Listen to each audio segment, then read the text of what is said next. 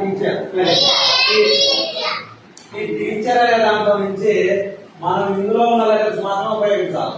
వేరే ఉపయోగించుకోకుండా మనం పదాలు రాస్తున్నాం.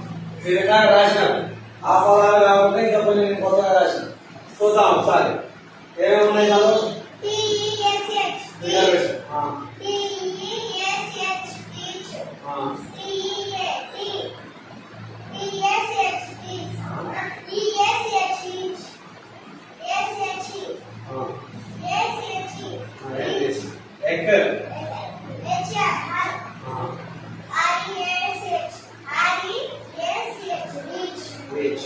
You go and sit. Come here.